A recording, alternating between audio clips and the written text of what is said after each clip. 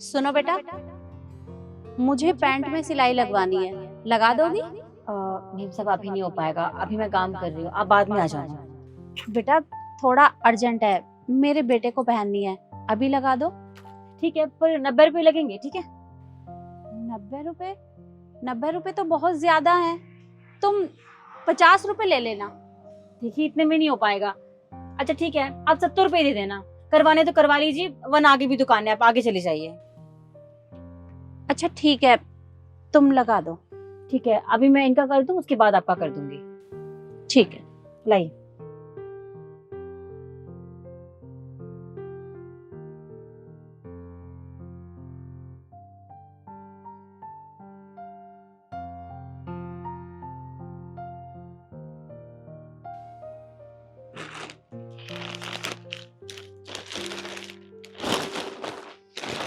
लीजिए, आपके 150 रुपए हो गए। मेम साहब 150 बोला मैंने, 100 नहीं। इतना सा टांका लगाने के लिए मैं तुझे 150 रुपए दूंगी? तुझे बिल्कुल ठीक पैसे दिए हैं मैंने, समझ में आई? पर 150 रुपए होते हैं ना, तो फिर मैं 100 कैसे ले सकती हूँ? आप मुझे मेरे पूरे पैसे दीजिए। अच्छा 100 रुपए में क्या होगा? तूने क्या इसमें हीरे जवाहरात चढ़ाए हैं जो मैं तुझे 150 रुपए देके जाऊं? तुझे बिल्कुल ठीक पैसे दिए हैं, इन्हें रखने हैं रख, वरना ये भी ले जाऊंगी। पर मेम साहब पूरे पैसे तो दीजिए मेम साहब।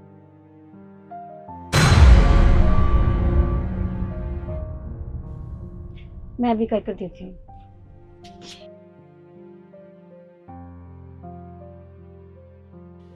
अबे ओ, तेरा बाप का है? वो पापा की तबीयत ठीक नहीं है, तो वो घर पर हैं। किसने बोला है तुझे यहाँ पे दुकान लगाने के लिए? हम आज से नहीं लगा रहे हैं मेम साहब, हम तो कई सालों से यहाँ पे काम कर रहे हैं। अच्छा, कई सालों से काम कर रही है? तेरे को पता नहीं चला क्या? यहाँ पे नया ऑफिस बना है और तू रोज ये खिटपिट करती रहती है, कितनी डिस्टरबेंस होती है, पता है तुझे कुछ? देखिए ऑफिस बाद में बना है, लेकिन ये दुकान मेरे पापा ने कई सालों से लगा रखी है यहाँ पर, तो इसमें हमारी कोई गलती नहीं है। तो तू बेअकल है क्या? पहले तू ये बता, किससे पूछ के दुकान लगाई यहाँ पे? लाइसेंस है तेरे पास? पर हम तो काफी टाइम से ऐसी दुकान लगा रहे हैं, कभी लाइसेंस के लिए पूछा नहीं किसी ने। सुन, 1 हफ्ते का टाइम दे रही हूँ, ये ताम झाम उठा के ना निकल लियो यहाँ से, नहीं तो फेंकती हुई अच्छी नहीं लगूंगी मैं। तमीज।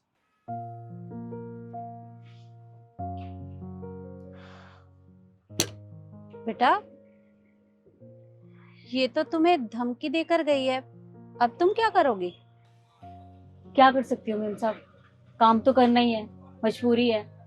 पापा की तबीयत ठीक नहीं है, घर में छोटी बहन है, उसे भी स्कूल जाना है, फीस कहाँ से दूंगी? घर की बड़ी बेटी हूँ ना, जिम्मेदारियां तो मुझे उठानी पड़ेंगी, तो इसीलिए ऐसे लोग तो रोज आएंगे, अब हम काम करना थोड़ी ना छोड़ सकते हैं। वैसे तुम्हारे पापा को क्या हुआ है? वो उनको ना सांस लेने में दिक्कत होती है, इसलिए वो यहाँ पे काम नहीं कर सकते, इसीलिए मैं काम करने के लिए आई हूँ। पर बेटा इससे अच्छा तो तुम लाइसेंस बनवा लो, तुम्हें कोई दिक्कत नहीं होगी। मेम साहब मुझे पता नहीं है इस बारे में, लाइसेंस कैसे बनते हैं कैसे नहीं। पापा तो कई सालों से यही काम कर रहे हैं, कभी ऐसी बात हुई ही नहीं, ना उन्होंने मुझे कभी बताया और कभी जरूरत भी नहीं पड़ी, तो इसीलिए हमने बनवाया नहीं आज तक। अच्छा ठीक है, तुम ये करो, मैं अभी कॉल पे हूँ। जी।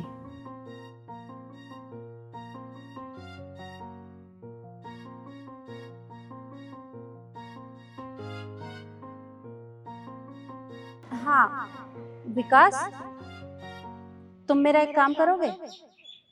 तुम्हारे पास एक लड़की आएगी, वो सिलाई का काम करती है, उसे लाइसेंस बनवाना है, तो तुम उसकी हेल्प कर देना, और हाँ उससे पैसे मत लेना, ठीक है? हाँ।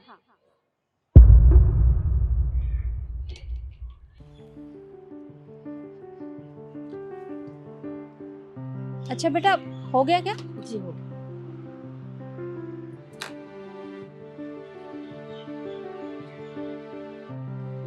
अच्छा सुनो, तुम एक काम करना, तुम अथॉरिटी में चले जाना, वार्ड नंबर 11, वहां पे तुम्हें विकास नाम का लड़का मिलेगा, उसे तुम मेरा नाम बता देना, तो वो तुम्हारा लाइसेंस का काम कर देगा।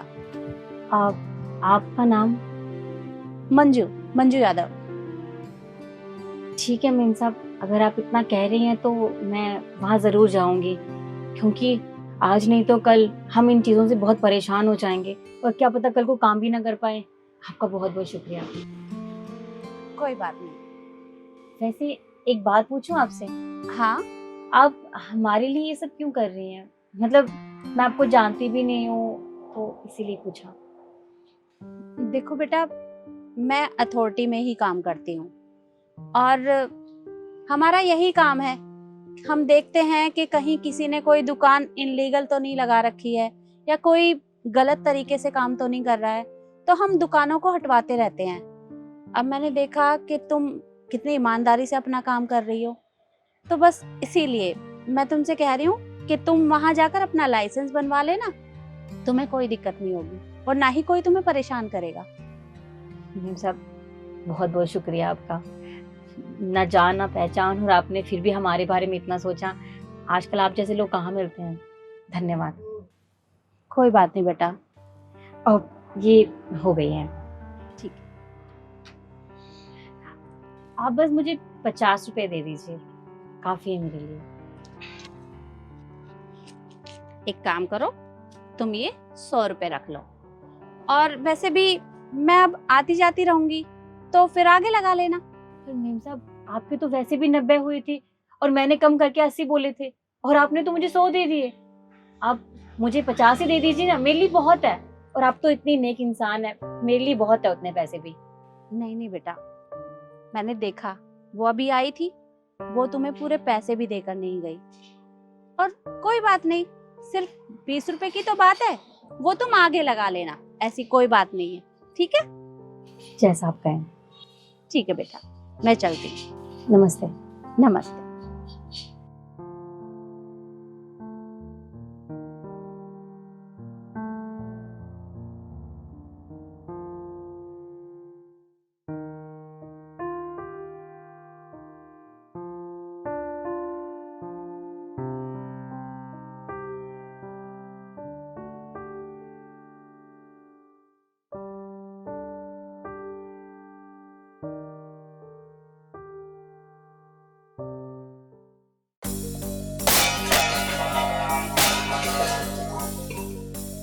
शिखा, ये क्या कर रही हो तुम? ऐसे बर्तनों को क्यों फेंक रही हो? पागल हो गई हो क्या?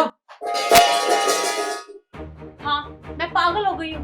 मैं थक गई हूँ इन झूठे बर्तनों को साफ करते करते, मुझसे नहीं होता। अरे अगर तुम्हें बर्तन साफ नहीं करने हैं तो उन्हें फेंकने की क्या जरूरत है? क्या जताना चाहती हो तुम? मेरी मर्जी, क्योंकि ये मेरा घर है और मुझे अपने घर में ना ये गंदे बर्तन बिल्कुल पसंद नहीं है। मैं उन्हें साफ करके ही रखूंगी। मैं तुम्हारी तरह नहीं हूँ, समझे तुम? तुम्हारा घर है? देखो शिखा, ये अकेले तुम्हारा घर नहीं है, ये घर मेरा भी है। और वैसे भी अगर कोई बाहर से आ गया और उसने तुम्हारे ड्रामा देख लिया, क्या सोचेगा वो कि इस घर में आए दिन कलेश होते हैं? एक सेकंड, पहली बात तो ये कि ये तुम्हारा नहीं, ये मेरा घर है, क्योंकि मेरे पापा ने मुझे दहेज में दिया था। अरे खुद तो कमाते हो नहीं, पहले अपने पैसों से घर खरीदो, उसके बाद इसे अपना घर कहना, समझे? इसे अपना कहने की ना गलती मत करना तुम। ये तुम कैसे बात कर रही हो? भूल गई हो क्या तुम? मैं तुम्हारा पति हूँ, तुम मुझसे इस तरीके से बात करोगी? हाँ, किसने हक दिया तुम्हें? बकवास बंद करो, तुम्हारी ना औकात यही है, मैं तुमसे ऐसे ही बात करूंगी। पहले काम धंधा करो, कुछ पैसे घर लेके आओ, उसके बाद इज्जत बनाना, उसके बाद मैं तुमसे ढंग से बात करूंगी। लेकिन इस टाइम तुम्हारी ना कोई इज्जत नहीं है, क्योंकि तुम कोई काम नहीं करते हो, बस घर में पड़े रहते हो। तुम्हें और कोई काम करने आता है? नहीं ना, तो मुझसे बहस भी मत किया करो। और ये बर्तन उठा दो।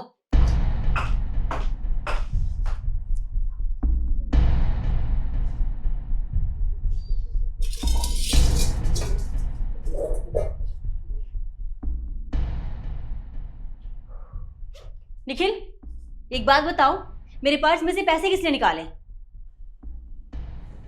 पर्स में से पैसे?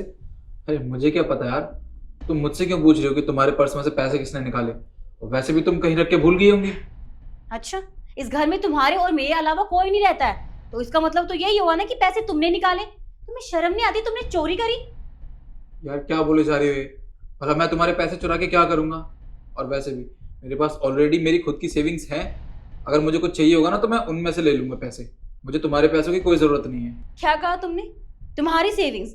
मजाक कर रहे हो क्या? जो पैसे तुम्हारे पास होते हैं ना, वो मेरे दिए हुए होते हैं। वो पैसे ना मेरे हैं, तुम्हारे नहीं। तो उनको अपनी सेविंग्स मत बोलो। तुम एक बात बताओ, तुम्हें शर्म नहीं आती है क्या? तुम्हें पता है बाहर लोग जॉब कर रहे हैं, बाहर जाते हैं, पैसे कमाते हैं, और तुम यहाँ पड़े रहते हो, फ्री की रोटी खाते हो तुम यहाँ। तुम्हारी कोई औकात नहीं है मुझसे बात तक करने की, और बात कर रहे हो अपनी सेविंग्स की। मैं कुछ दिनों से नोटिस कर रहा हूँ शिखा, तुम कैसे बदतमीजों की तरह बात करे जा रही हो मुझसे। हाँ, मेरे इस घर में कोई सेल्फ रिस्पेक्ट है कि नहीं? सेल्फ रिस्पेक्ट वो भी तुम्हारी? पहले तो पैसे कमाओ, बाहर नौकरी करो, उसके बाद बात करना अपनी सेल्फ रिस्पेक्ट की। और वैसे भी तुम ना मुझसे बात करने के भी लायक नहीं हो, समझे? Self respect. और हाँ, काम चोरी तुम करते ही थे, अब पैसे भी चुराने लग गए, सुधर जाओ। शिखा, शिखा क्या तमीज है? हाँ,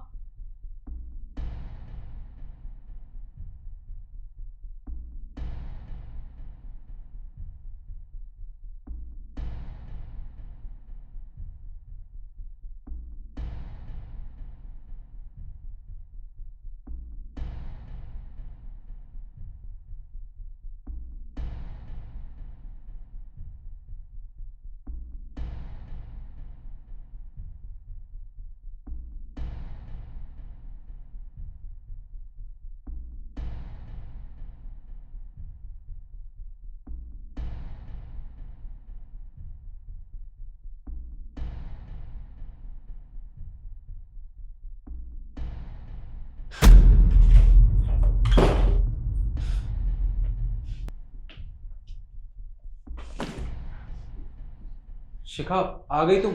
तुमने टाइम देखा है क्या हो रहा है? रात के 12 बज रहे हैं यार, ये कोई घर आने का टाइम होता है? बकवास बंद करो और मेरे लिए नींबू पानी लेके आओ, जाओ, मेरा सर घूम रहा है। एक सेकेंड, तुमने ड्रिंक की हुई है? हाँ तो तुमसे पूछ कर पीऊंगी मैं अब? जितना बोला जाए ना उतना क्या करो।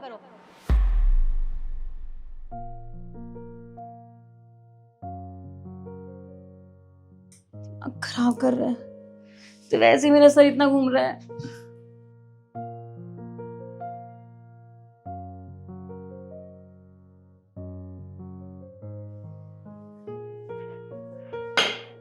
लो,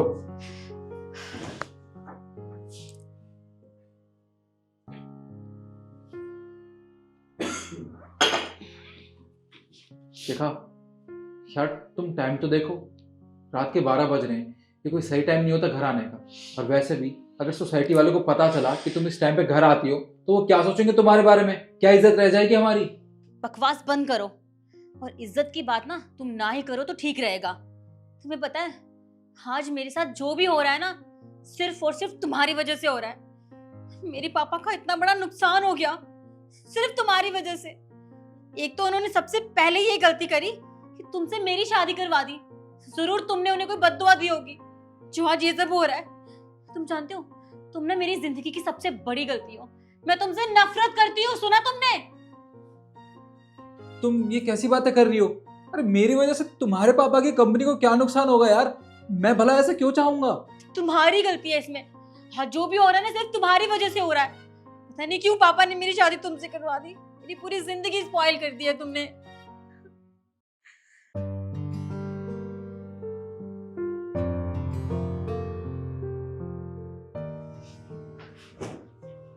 मामा आप यहाँ, आप कब आए? हाँ मैं यहाँ। और क्या कहा तूने? इनकी वजह से तेरी जिंदगी खराब हो गई है? क्या मैं पूछ सकती हूँ कैसे? हाँ मामा, इस आदमी ने मेरी पूरी जिंदगी खराब कर दी। आपको पता है आपने बहुत बड़ी गलती की है, इससे मेरी शादी करवा के सब खत्म कर दिया इसने। इन्होंने कुछ भी खत्म नहीं किया है, अरे बल्कि इनकी वजह से तो सब कुछ सही हुआ है। मैं समझी नहीं, ये इंसान क्या ठीक कर सकता है? मम्मी जी आप रुक जाइए, ये सही समय नहीं है शिखा को सब कुछ बताने का। दामाद जी ये बिल्कुल सही वक्त है इसे सब कुछ बताने का, क्योंकि अगर आज मैंने इसे नहीं बताया तो न जाने ये क्या क्या करेगी। इसलिए आप मुझे बोलने दीजिए। क्या कहा तूने? दामाद जी की वजह से नुकसान हुआ है? अरे बल्कि इनकी वजह से तो नुकसान होने से बचा है। जिस कंपनी की तू बात कर रही है ना, और जहां से तुझे सैलरी मिलती है, उस कंपनी को डूबने से इन्होंने ही बचाया है। अगर आज ये नहीं होते तो सब कुछ सही नहीं होता। और तू कह रही है कि इनकी वजह से तेरी जिंदगी बर्बाद हो गई है। अरे तुझे शर्म आनी चाहिए। आज अगर यही बात तेरे पापा को पता चलेगी तो वो क्या सोचेंगे तेरे बारे में? क्या मैंने तुझे यही संस्कार दिए हैं? मुझसे गलती हो गई, प्लीज मुझे माफ कर दो मम्मा। मैं आज के बाद कभी ऐसा नहीं करूंगी। I am sorry. माफ कर दूं तुझे? पहले तू मुझे ये बता कि तुझे शराब पीना किसने सिखाया? देर रात को घर में घुसती है और इल्जाम इनके ऊपर लगाती है। क्या मैंने तुझे यही सब सिखाया था कि तू ये सब करेगी? देख, अगर थोड़ी बहुत शर्म बाकी है तेरी आंखों में तो अभी के अभी दामाद जी से माफी मांग। जी निखिल, देखो मैं जानती हूँ कि मैं तुमसे माफ़ी मांगने के भी काबिल नहीं हूँ। मैंने तुम्हें हमेशा नीचा दिखाया, मुझसे बहुत बड़ी गलती हो गई।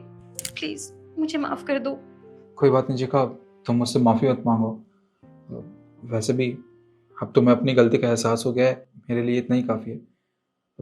मुझे लगता है तुम्हारी तबीयत ठीक नहीं है। तुम एक काम करो, तुम अंदर जाके रेस्ट कर लो।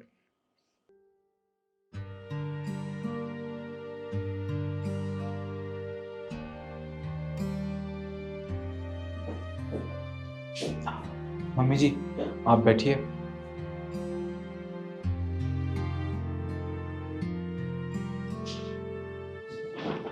मैं आपके लिए कॉफी बना के लाता हूँ।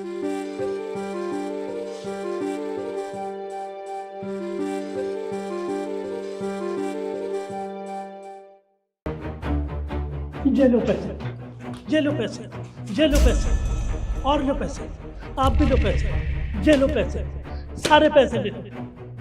जितने पैसे चाहिए मैं दूंगा पैसे। पहले सारी जमीन बेच दी। बुड्ढे पागल हो गया है क्या? तुझे पता है कौन है? हमारे शहर की कलेक्टर है और तू इनके मुंह पे पैसे फेंक के मार रहा है। पागल हो गया है क्या? चल मेरे साथ, मैं बताता हूँ तुझे। रुको, ये क्या बदतमीजी है? आपको पता भी है आपने क्या किया है? अरे मेरे ही ऑफिस में और मेरे ऊपर इस तरह से आप नोट फेंक रहे हैं। आपकी इस हरकत की वजह से मैं आपको जेल भेज सकती हूँ। भेज दो जेल में साहब, हमें कोई डर नहीं है। पर हम करें तो करें क्या? हमारे बीवी बच्चे कहाँ जाएंगे, क्या खाएंगे? हमारे खेत में ट्यूबवेल नहीं, पानी नहीं, बिजली नहीं। ये फसल का सारे फसल सूखी पड़ी है मैम साहब। हम जाए तो जाए कहाँ? एक यही तो सहारा किसान का। और करे तो करे क्या? और पैसे मैंने जमीन बेच दी सर। और पैसे चाहिए तो और भी पैसे देंगे, और भी पैसे हैं मेरे पास, और पैसे कमी पड़, ये लो पैसे। अगर ऐसी बात थी तो आप पहले मेरे पास क्यों नहीं आए? आपको आना चाहिए था और आपको सारी बात मुझे बतानी चाहिए थी। मैम साहब आज से नहीं, मैं 3 महीने से आ रहा हूँ लगातार। पर ये साहब है ना, ये बस अंदर नहीं आने देते। मैडम से मिलना, हाँ 500 रुपए दे, 1000 रुपए दे, 1500 रुपए दे, मैं कहाँ तक पैसे लगाऊं? आज मुझे 3 महीने हो गए मैम साहब। ये साहब मेरे को बाहर से निकाल देते। 1 मिनट, कहाँ जा रहा है? वो साहब जी मैडम से मिलना है। अच्छा, तेरे जैसे अरे गहरे मुंह उठाकर आ जाएंगे और मैडम से मिल लेंगे? मैडम बिजी है मीटिंग में, बाद में मिलेंगी।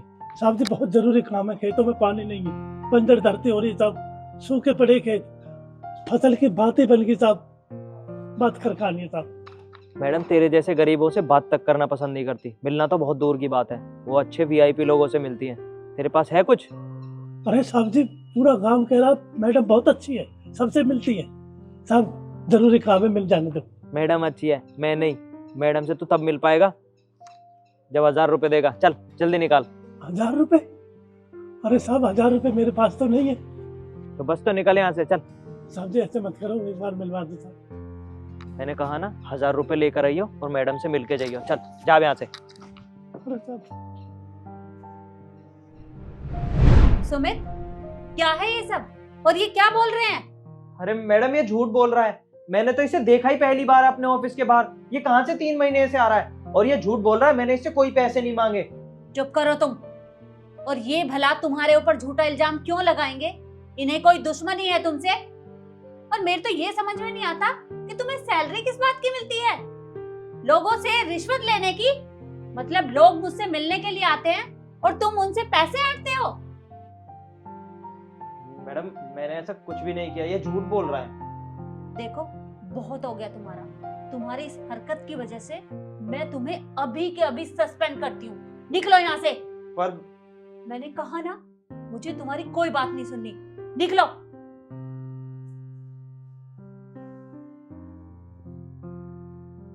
देखिए, सुमित की तरफ से मैं आपसे माफी मांगती हूँ, पर आप चिंता मत करिए, आगे से आपके साथ ऐसा कुछ नहीं होगा। मैडम जी आप तो सही कह रही हैं, लेकिन वोट मांगने के लिए आते हैं नेता लोग, जन क्या क्या वादे करते हैं, और जब हमारा टाइम आता है ये गांव में फटकते भी नहीं है, देखते ही नहीं है कहाँ किसान है। आज हमें पानी की बिजली की बहुत जरूरत है, तो हम नेताजी के पास जाते हैं तो वो पिए कहते हैं नहीं नहीं नेताजी नहीं है यहाँ, नेताजी वहां गए हैं, नेताजी यहाँ नहीं है, नेताजी वहां गए हैं, वहां गए हैं, बस कल आना परसों आना, जब वहां से भगा देते। अब करे तो करे क्या मैम साहब, करे तो करे क्या हम। देखिए, आप परेशान मत होइए और इस तरह से रोइए भी मत। मैं आपसे वादा करती हूँ, आज के बाद आपके साथ इस तरह का बर्ताव कोई नहीं करेगा और आपकी इस परेशानी का हल मैं बहुत जल्दी निकालूंगी। बल्कि आपकी तो क्या, आपके जैसे जितने भी किसान भाई हैं, आप उन्हें मेरे पास लेकर आइए।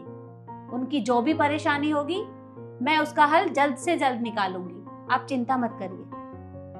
आपका बहुत बहुत धन्यवाद मैम साहब, बहुत बहुत धन्यवाद। और हाँ, देखिए, इन पैसों पर मेरा कोई अधिकार नहीं है, ये आपकी संपत्ति है और इस पे आपका पूरा हक है। आप थोड़ी देर बाहर बैठिए, मैं अभी ये सारे पैसे आपके पास भिजवाती हूँ। जी मैम।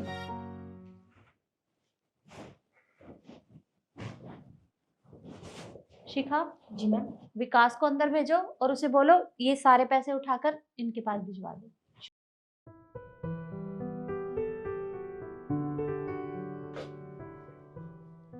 और यही बात मैं आप लोगों से भी कहना चाहूंगी कि किसान लोग सरकार पर भरोसा करके अपना कीमती वोट उन्हें देते हैं ताकि उनकी बात की सुनवाई हो, लेकिन क्या फायदा उनका वोट देने का जब उनकी बातों की सुनवाई तक नहीं होती।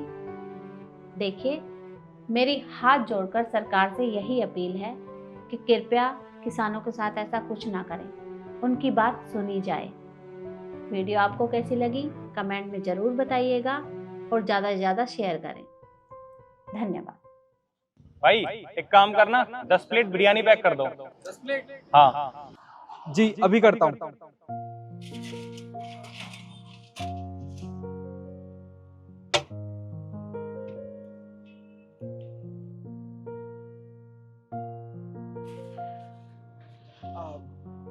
साहब आप 2 मिनट रुकिए, मैं अभी आया। अबे कहाँ जा रहा है, बड़ा अजीब आदमी है। अरे कस्टमर खड़े हैं इसकी दुकान पे और एक कस्टमर को छोड़ के पता नहीं कहाँ चला गया। अब कोई बात नहीं, थोड़ा वेट कर लेते हैं।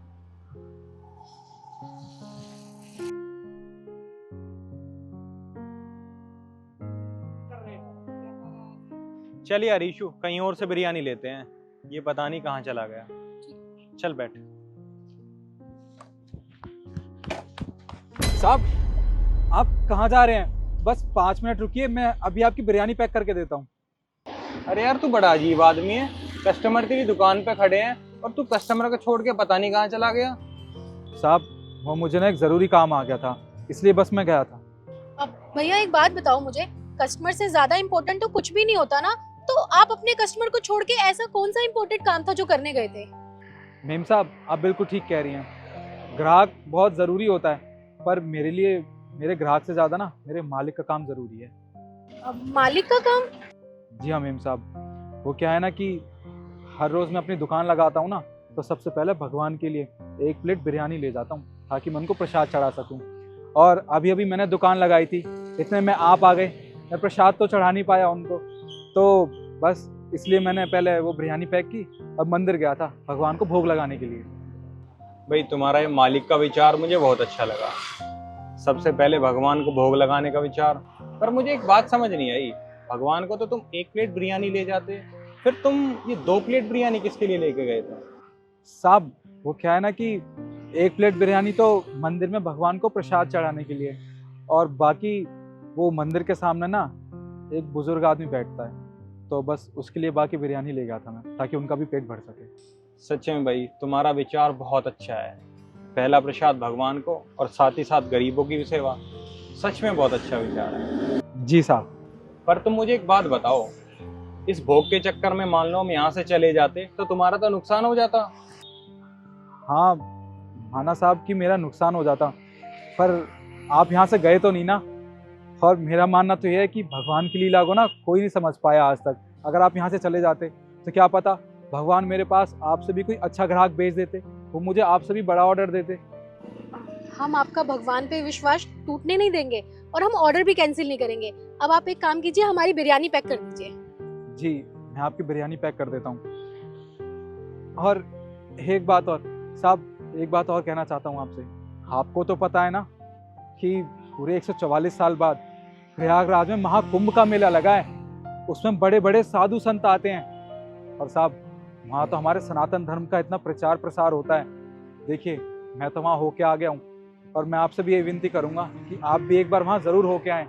साहब वहाँ जाके ना मन को बहुत शांति मिलती है। देखिए जीवन में सब कुछ तो हमें दोबारा मिल सकता है, पर ये महाकुंभ पूरे 144 साल बाद आया है। इसे देखने का मौका हमें दोबारा नहीं मिलेगा। तो मेरी आपसे हाथ जोड़ के विनती है कि आप भी वहाँ ज़रूर जाएं। तुमने सही कहा, ये मौका 144 साल में एक बार मिलता है और हम जरूर जाएंगे। आप आइए, मैं आपकी बिरयानी पैक कर देता हूँ। ठीक है, तुम बिरयानी पैक करो, हम आते हैं।